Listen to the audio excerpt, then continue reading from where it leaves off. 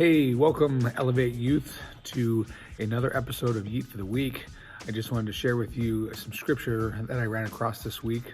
I'm not sure what inspired me to read the book of Joel, but I just decided to, and something in chapter 2 caught my attention, and I'm not going to put it on the screen today.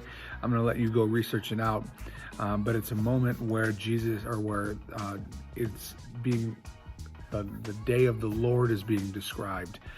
And what I found fascinating is he starts to describe this army, and this army that comes from the mountains, and how powerful it is, and how they're in unison and they're moving in pace together, and they break through the enemy lines without even missing a step.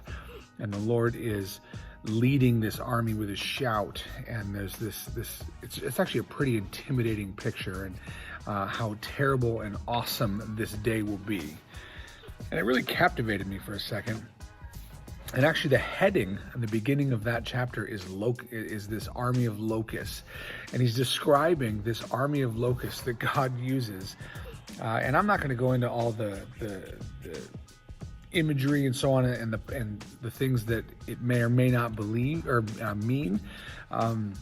It's really not my point. I wanted to draw attention to one other thing, and that is that if this army that is described in chapter 2 of the book of Joel is so powerful, and it's just locusts, if it has this major force that the scripture says it's an army that no one on earth has ever seen or will ever see. Describing how powerful this is and the destruction it leaves as it rams its way through where it's going. And I think, man, if God can take an army of locusts and make it that powerful, how powerful is an army of angels? How powerful are the angel armies that are ready to go? And we sing that song called "This Is How We Fight Our Battles." And we fight with praise and with worship. And I'm encouraged by the fact that God can take an army of locusts and turn it into something so powerful that it's terrible, and that the people who see it are terrified.